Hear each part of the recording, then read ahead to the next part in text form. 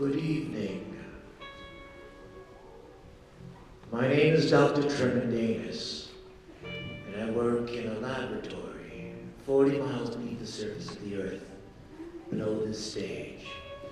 I come out once a year to reveal my explanations of paranormal abstraction, and also to scare a child occasionally. I don't really know what time it is, nor do I care, because I study space. I'm concerned with the outer cosmos and scaring children occasionally. It's ironic that our studies take place in the center of the earth dirt, but yet it makes no difference, because the space that I seek to explore is not that of the science fiction fantasy escapist who wants to escape their own life in reality, or who hopes that an alien intelligence will come to solve all problems. No, I'm interested in reappropriating and abstracting the facsimiles of truth that are transmitted through social media and spoken word in contexts in which no science is qualified or prepared to dissect and present the hypothesis. In other words, there's no way you could possibly understand what I'm saying unless you're an astrophysicist, geologist, yoga instructor. But we will attempt to begin by explaining our source data. You see, ladies and gentlemen, my secret government operation has been, and now don't be shocked about this, we've been basically monitoring literally millions of phone calls and examining emails, and sometimes going to the old-fashioned process of opening mail and receiving it with a steam iron. And what we've done is we've been able to accrue and collect a number of transmissions which we think are authentic extraterrestrial sightings.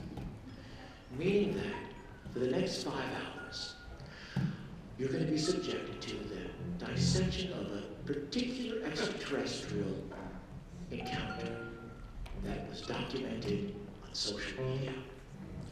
We had to go through a lot of vetting to get the right specimen. I am proud to say that we found an individual I think is an authentic person who would not be making up a story or corroborating with somebody who's looking to have some kind of extra attention.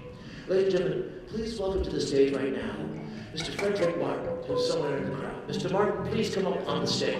Mr. Martin? Yes, sir. Frederick Martin? Edward, sir. What? You're what? Edward Martin. Edward Martin. That's what I said. Okay, come. Fantastic. Hello there, Mr. Martin. How are you today? How are you? Fantastic. Lovely evening, isn't it? Good afternoon. Okay. Well, sir, you don't know me. We've never met before, am I correct? That's correct. Right. You don't know anyone in the audience. You're not under the employ of this institution that we've rented the stage from, are you? No. Okay, fantastic. You don't work here part-time, vacuum this stage? No. Okay. So, you were contacted by our representatives, am I correct? Yes, sir. And you were asked to come to the theater at this point without having any idea of what's going to be happening, am I correct? That is right. Now, Mr. Martin, I don't want you to be shocked, but you don't know me, but I know you sort of better because I have been watching the videos on your phone. Don't be alarmed, sir. This is all for the cause of science. You know the video that you shot of the creatures on the street? Yes, sir. That's what we're here to discuss. Could you first, before we show imagery, because in our feel-good, right-away world, we're so used to wanting to watch first and think later. Why don't you tell us verbally, old-fashioned oral tradition, tell us what you saw on the day that you shot that video we're about to see. Well, I was on my way to Social Security to hang around for several hours to try to straighten out my retirement situation, and I was up to get a coffee. Mr. Martin, stick to the point, but also when you speak to the microphone, keep your lips about 4 inches or 3 inches from the mic. Okay. So anyway, I noticed these people, they were... I'm only kidding. It's okay. Stop. Sorry, I'm sorry about that. They were in a jumpsuit, like painters, a painter's jumpsuit. And except that they had what appeared to be possibly a welding mask on, or some of them appeared to have deep sea diving bell on their head. And they kept like sticking their hands in the snow. It's like 9 o'clock in the morning. Okay, so ladies and gentlemen, we see now the problem with oral, just oral hygiene, oral everything. There's something complicated when it comes to oral anything. But basically, we're finding out the limitations of the spoken word. We're trying to understand what is really different about someone in a white outfit or with a helmet on, reaching in the snow. Children do this all the time. What makes this different, sir? Their body language was very strange, and they just kept trying to stick their hands in snow that was frozen solid, too. You know, the ice underneath the snow. So you thought this was strange enough that you actually took out your cell phone and taped it? Videotaped it, yes. Actually, tape is totally abstract. No one's taping anything on a cell phone. You realize this? It's all right. I understand. It's not anyone's fault. The world and technology progresses very rapidly, sir. So, I remember the days when there were no cell phones at all. all right, well, ladies and gentlemen, what we're going to do now is, Mr. Martin, we're going to show the audience what you shot on your cell phone. Bring out the screen. Sonic Mash. Stay right here. Now, you don't want to do anything else I ask you to do. Okay. You're fine there, but it's okay that you're here now. All right? A nice taut screen.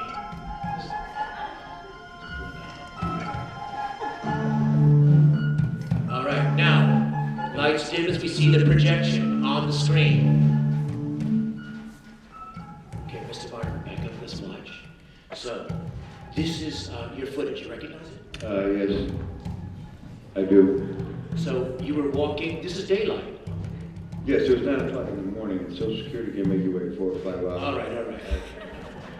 So they're walking down the street, and then you're walking along the river as well at 9 in the morning. I won't ask why, but let's see. What else is happening?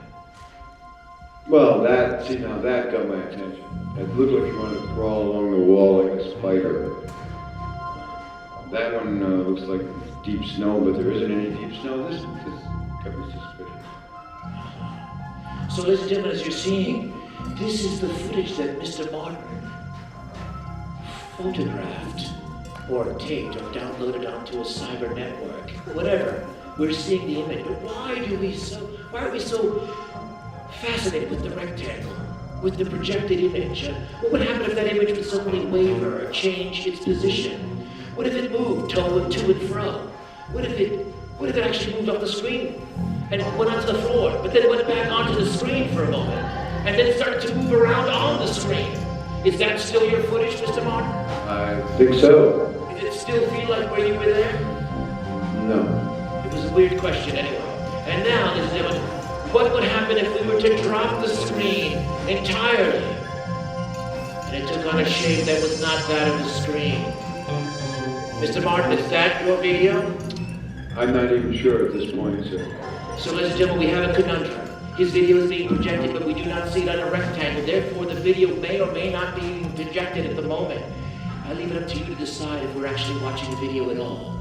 Right now, Mr. Martin, come here. A little bit more light on us while the projection continues. I want you to now go out into the world.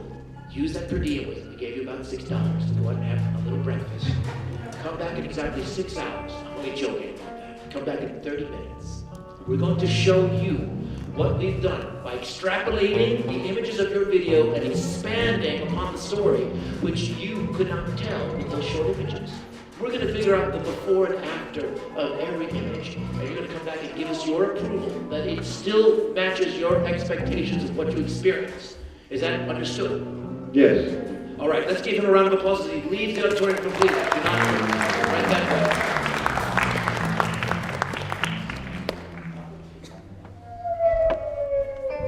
Well, what do we have here? My assistants are watching. We are very lucky to have MC Monstrous on my right and Tiki Taki on the left. And of course, the projector known as PP. We're working now to observe. Is there a projection happening? Now is the time, ladies and gentlemen, that we're going to decide for ourselves if we can physically manifest what we saw as projected time chunk frozen pixels on the screen. We are going to now begin our process of expanding upon the reality, the tidbit of truth that we were given. And so, as you can see, we begin now as the screen slowly dissipates. We spend so much time in the darkness, either because the sun has set, or we need relief from the feverish dreams of our madness nightly sleep. Most of us aspire to cling to the reality that we are comfortable in, but we also reach out beyond the stars for greater possibilities, because it's dark. We don't know if it's true that what we dream could be real. And so, ladies and gentlemen, we begin.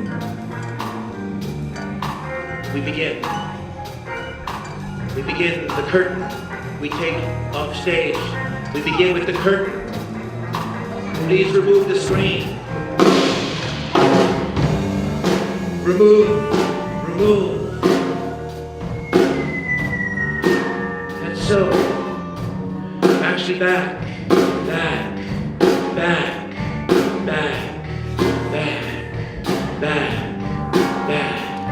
Open the screen. Open. Back. Project. Student, creature, scientist working in a secret laboratory. Ladies and gentlemen, bring it down, boys. Bring it down. As you can see here, this is work being done in a secret laboratory. 40 miles underground, these scientists are disguised as young college students. What they do is they work until all hours of the night, usually with no sleep. They're in a blurry dream during the day drinking coffee, but by night, they fabricate based on the designs you're about to see on stage. From the video, we were able to physically construct three-dimensional template models of what we pulled from the cell phone itself. And now, ladies and gentlemen, we're ready to show you those sketches. Back.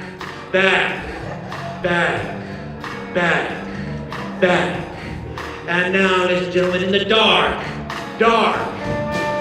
we see the footage of them on the street. Yes. So now we're seeing the recreated footage of the cell phone. The pixels have been stored, the quality is better.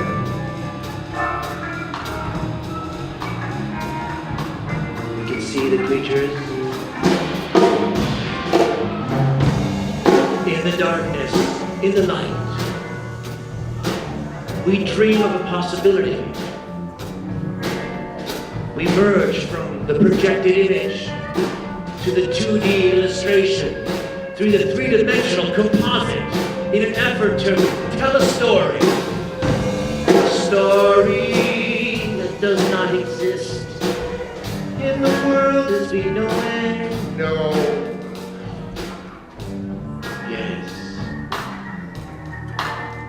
And then we add words, abstracted words to give it meaning. We add a text that does not belong to the original image to give it another context. If the creatures are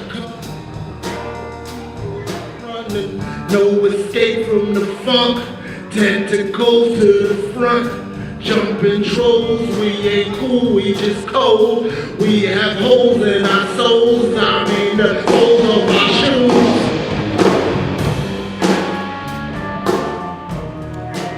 So, 2D, 3D, winkle in space, uniquely made for thee. Why does it take so long to understand? Why, when you walk with your feet on the sand, your generations have evolved from water to land, and yet here on a stage we stand, trying to bring it back to the original man. MC Felton.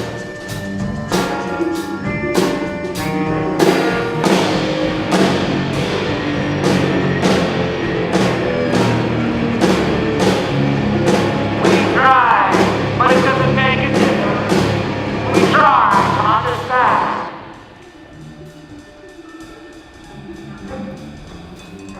We have nothing to prove. We just jam cause we can. If you don't understand, it's cause it's part of our plan.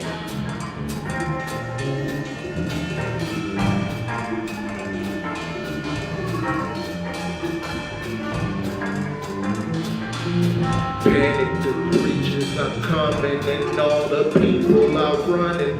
No escape from the funk. Tentacles to the front. Jumping trolls, and creatures cold. We have holes in our soul. Now, we bring back the projection. We bring back the projection, which is no longer the projection we knew, but has taken the shape and form of something else. Now that we have seen the creatures, now that we've seen that they've come to Earth for some purpose we can't possibly understand, now we need to understand what they seek.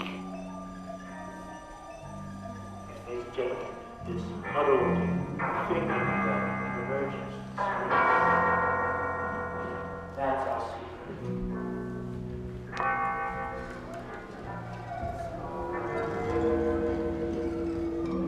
Well, space may be the place where we can find the answer. Ladies and gentlemen, I have a theory. If you look at the projections that are moving on its body now, that spill onto the big screen temporarily. The projection spills onto the big screen. Yes. And then it's replaced by a larger projection. I think what we're seeing right now, as it moves along the screen in big shapes, we see a conflicted image, two projections at once, one figure, a real screen, a former screen. We have to decide which one. And so, we're going to reach out to this idea that's become an individual. How can I be sure you'll understand me? Perhaps through song.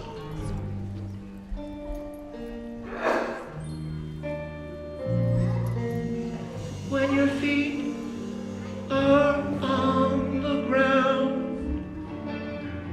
you don't know exactly what meaning you found. Don't be afraid, 'cause space is your home.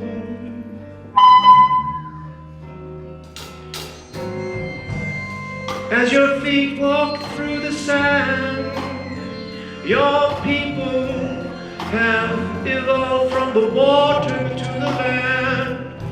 Don't be afraid, because space is your home. Don't listen to the voice that comes from underground. Don't listen to that sound. Remember that space is your home. As you reach out for a helping hand, and you slowly reveal the truth that you hold in the palm of your mind. Space is your home.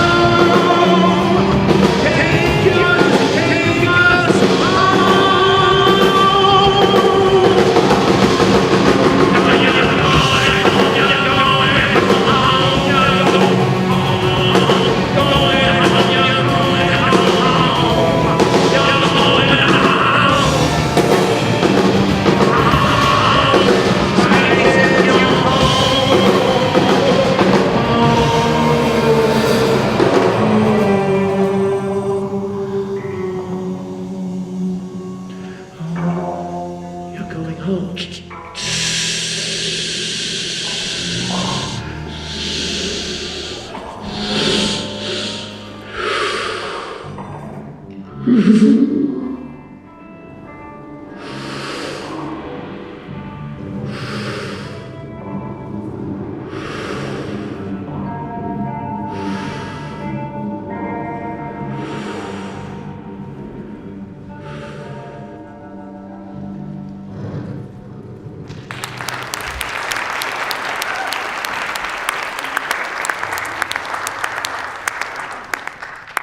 Now we know why they've come.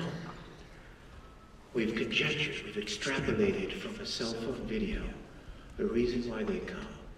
There's no way I could possibly make you understand why those specific images are exactly why they came, but we're now going to show you what they do. What they do is they emerge from a sonic fuzz, a sort of gelatinous fuzz. They're not spawned in this world the way that you and I. Although I was a test tube baby, we all come to the world different ways. They come from a gelonic sonic mash, a sonic fuzz, a jello fuzz of sorts, and pop out of, and pop into, pop out, like blood from a heart. That's right. Behold, as they come.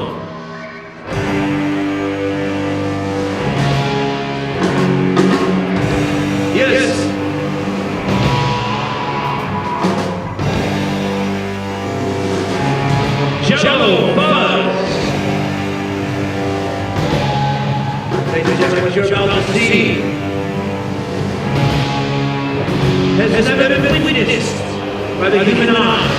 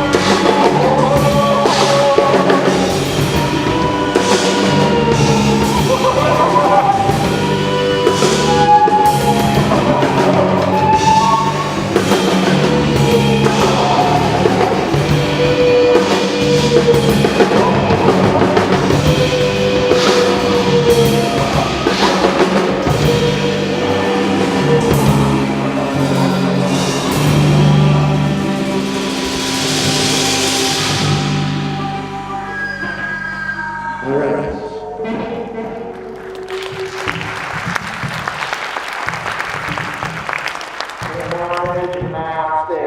Okay, please, personal attention, careful attention. Ladies and gentlemen, we're now going to show you the film we created based on the movement you've seen, the pixels we've restored, the video that we've extrapolated and imagined. We've begun a beginning, middle, and end for you to watch. We believe that this is the most accurate understanding of why they're here, why they came, and what their ultimate purpose is. Curtains, please.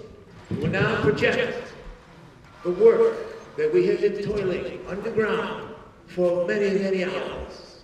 Roll the film, projector, video, whatever you feel comfortable imagining this actually is.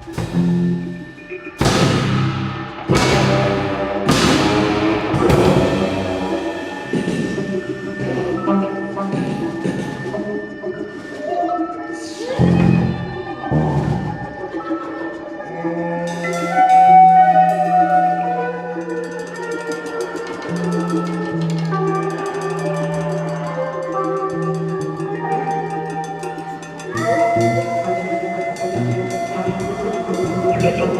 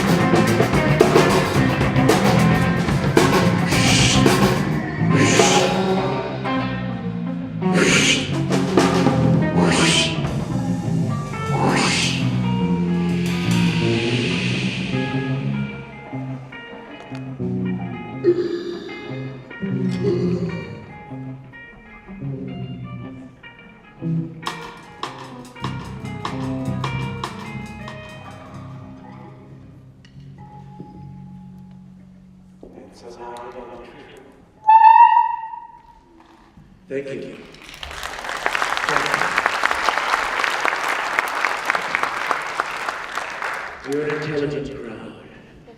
Thank you for coming this late in the evening to see our evidence. You now know more than any human on the planet about the truth of extraterrestrial encounters. But the thing is that you can handle it, but is the world ready for this?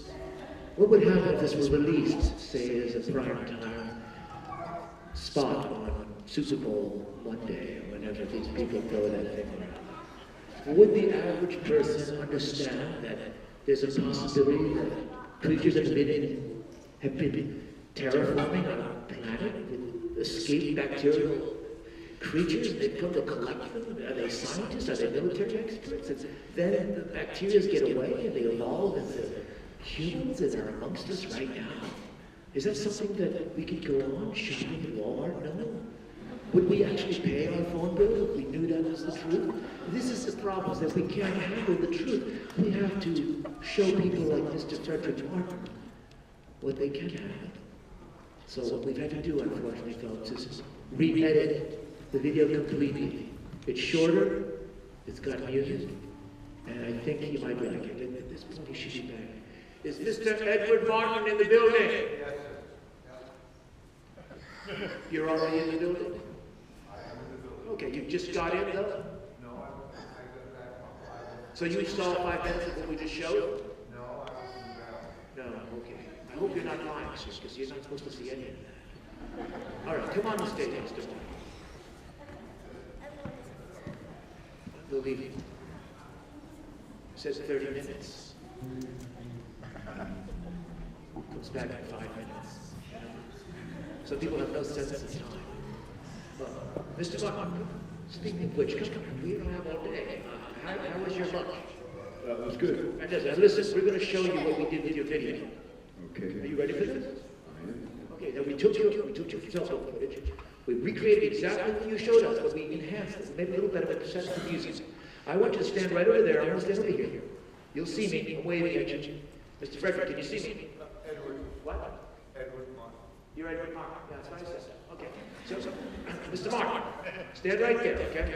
And we're going to now project our final, to be released on Monday morning globally via satellite around the entire globe. Lights dim, please. Let's project the final piece that we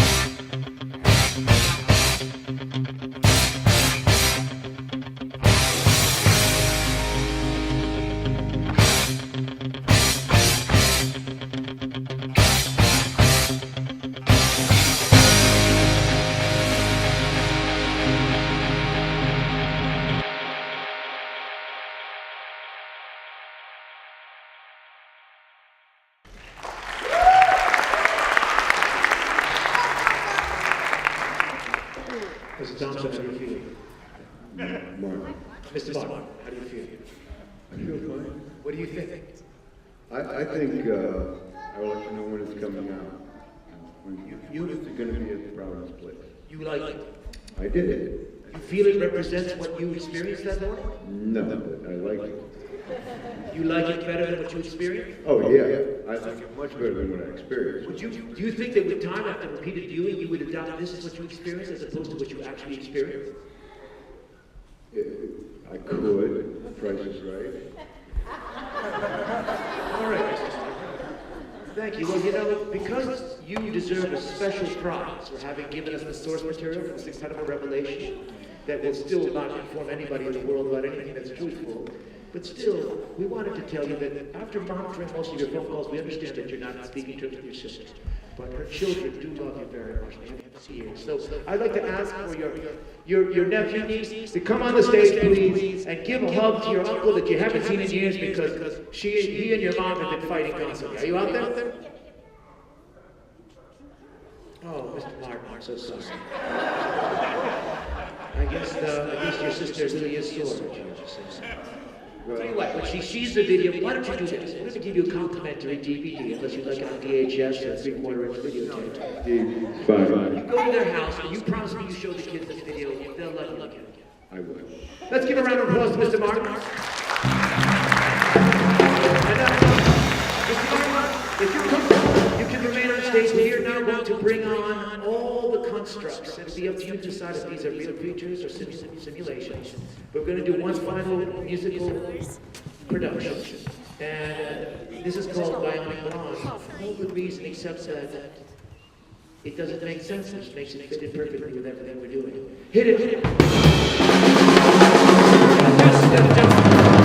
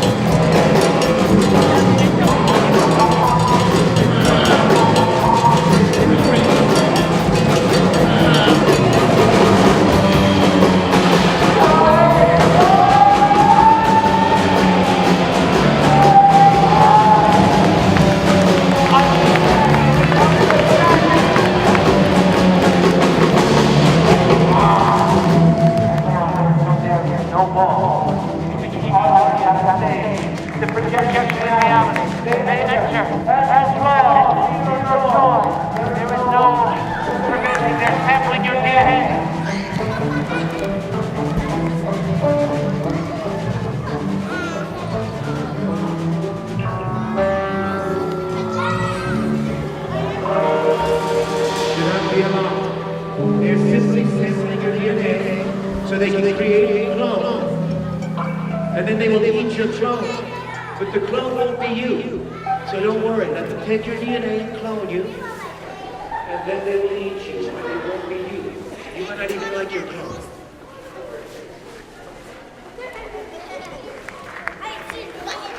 Thank you, ladies and gentlemen.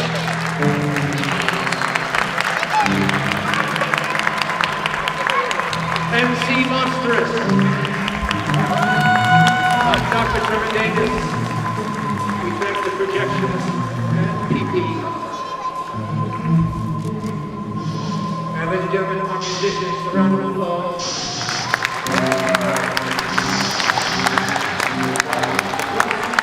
Our technicians, lighting, video, audio. And once again, for those strange and mysterious alien visitors, a round of applause for the creature creators of the creature creation Disney winners of the class. I'm Dr. Trevor. Thank you, people of Earth. Lights out on the stage, up in the audience, screen plays, lights off on the stage, up in the audience, screen plays. I say it shall be.